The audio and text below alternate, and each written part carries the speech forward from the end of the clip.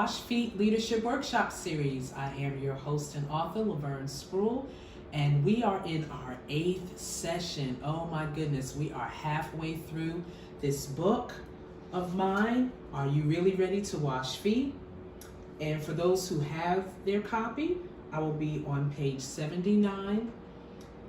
These next couple of chapters that's coming up in the series are probably the most extremely important topics and subjects that I really want to make sure that you leaders are understanding, that you have clarity, especially our servant leaders, our servant shepherds, those that are major leaders in a company or corporation, that when you understand how important it is to make sure that whoever is in your circle is not dropping the ball of the vision and the mission, that is critical.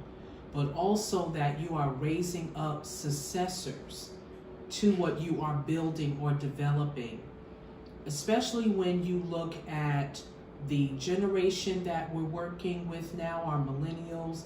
It is critically important that we are taking the time to show them the ropes, to train them, to raise them up, to give them an understanding of some of the foundations that have been laid in your ministry or business so that they can continue to build upon it with the creativity and the ingenuity and the gifts and the talents and callings that God has given to them to continue the work.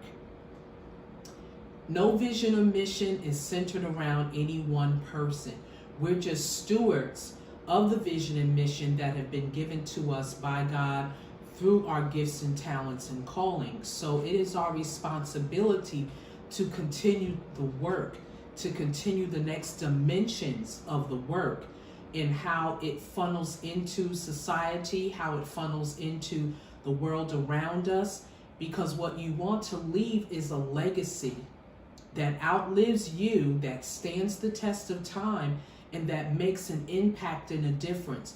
When you think of the most influential people that you know that are no longer here on this planet, you will never forget them because they left a mark that could never be erased. Did you ever think that centuries from now, we would still be learning about Shakespeare, that we would still be appreciating the art of Leonardo da Vinci, that we would still be listening to the classical music of Bach and Beethoven and Vivaldi? They're timeless. You want the work that you have been given to do to stand the test of time and be timeless as well. So with that being said, the importance of passing the baton in ministry and developing and raising up successors. The vision and mission is given by God to a servant shepherd as a blueprint for the church or the ministry or even the business to follow and build upon. There are going to be some things that the elevated ones will need to experience for themselves and exercise their faith and trust in God for necessary provisions for the vision and mission assigned to them, but not everything. If the world can prepare their own and lay up for their successors, leaving legacies that continues whatever they are building, then the church should not do anything less in its preparation process.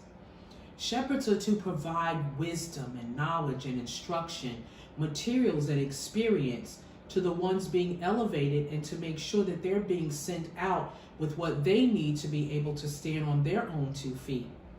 And you can reference 1 Chronicles, the 28th chapter, the 2nd to the 9th verse.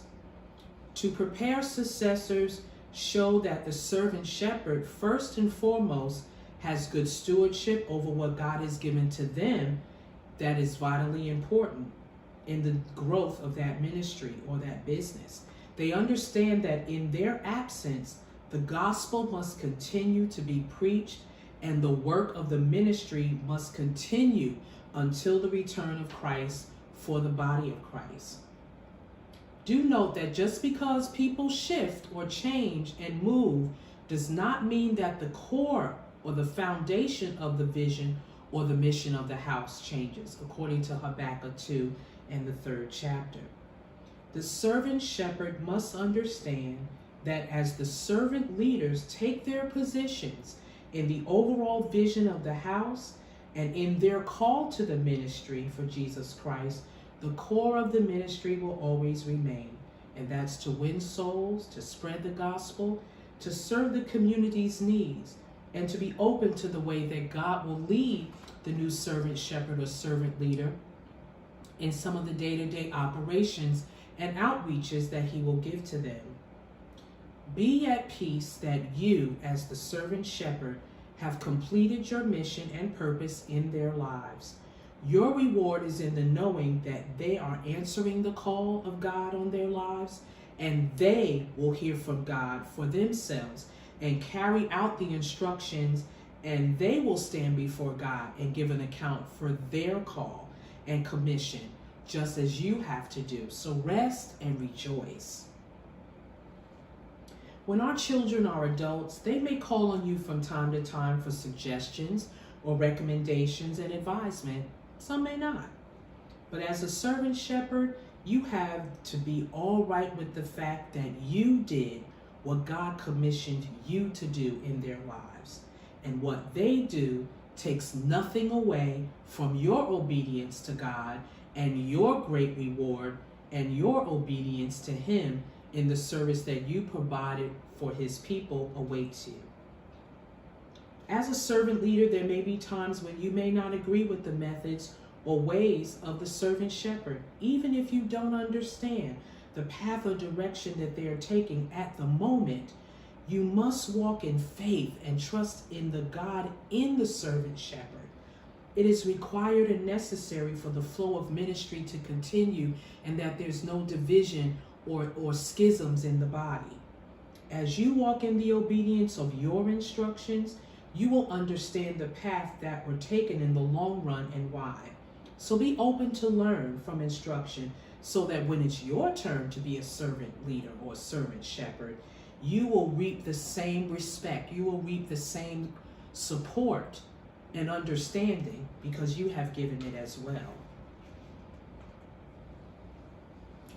Once the directives have been made crystal clear as a servant leader, it is your responsibility to train the people that serve alongside with you to ultimately function independently of you, yet be subject to the chain of commands or protocols of the house of God or the business where applicable. You should not have to micromanage people. If you have to micromanage them, then check your training of the people that serve among you. Make sure your communication is clear, as we talked about in the previous sessions, and that they understand clearly the instructions that have been given to them, that they may successfully carry out the duties and responsibilities that have been given to them. When God elevates and promotes, He does not leave the work abandoned. Provision must be made so that there's a continuance, that there's a flow, that the baton is not dropped. When you see a relay race and a track meet, that person that's waiting for that baton to come to them as the runner is running must make sure that they are properly positioned, so that when they reach back and get that baton, the person that's passing that baton sees that hand clearly behind them. They firmly put that baton in their hand. They lay hold of that baton. They make sure that it's secure so that they're continuing the race. We're to do the same thing when we have been elevated to another position. Those that served among you, there's a discernment that God gives as to who should be your successor, so that you can leave that portion of ministry in excellent hands. When I had to make the decision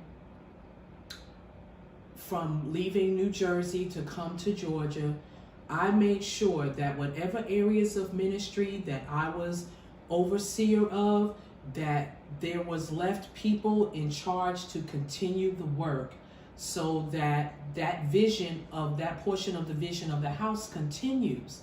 It is very, very important that if this is an area that really concerns the heart of God, that there's no interruption in that service. So please, I encourage you leaders, make sure, seek out, as you're serving, seek out someone who has the heart for this area of ministry or this heart for business, that you would want to promote them and then train them and raise them up to make sure that they're equipped and thoroughly furnished to go out on their own. Then you don't have to micromanage. You can see that they have already proven that they can bear fruit that remain and that they can take that area of ministry further. Life happens to us all, but it does not mean that ministry ceases just because certain people are no longer functioning in the capacity that they were originally designed. Understand that people are watching us as servant leaders, and when you least expect that they're watching, we don't have to walk on eggshells, but be mindful enough to understand the importance of our service to God, our character, to ourselves and His people. It is our responsibility as servant shepherds and service leaders to train the next generation now for future existence in ministry. This makes for the confident transfer in the catching of the baton and the running the next leg of the ministry's race a glorious one.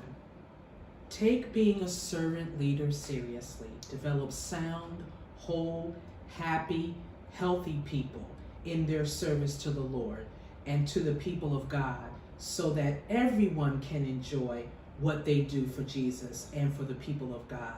A prepared people performs best. Our Be Real questions for this chapter: please be honest with yourself and with God. How many areas of your ministry do you serve in the house of God? Name them. At least 4. Have you ever stopped serving within a ministry and did not tell the servant leader or servant shepherd why you were leaving the ministry or that business? Why or why not? And our last question: when you stopped serving in an area of ministry, did you train someone else to take your place? Or did you leave it vacant or dormant? Why? Why not? This concludes session 8 of the Wash Feet Leadership Workshop series. Please like and love or subscribe to this YouTube channel, Lady Vern, and hit that notification button so that you don't miss any of these sessions. So if you need to review and go back, especially after you've purchased the book, by all means, feel free to do that.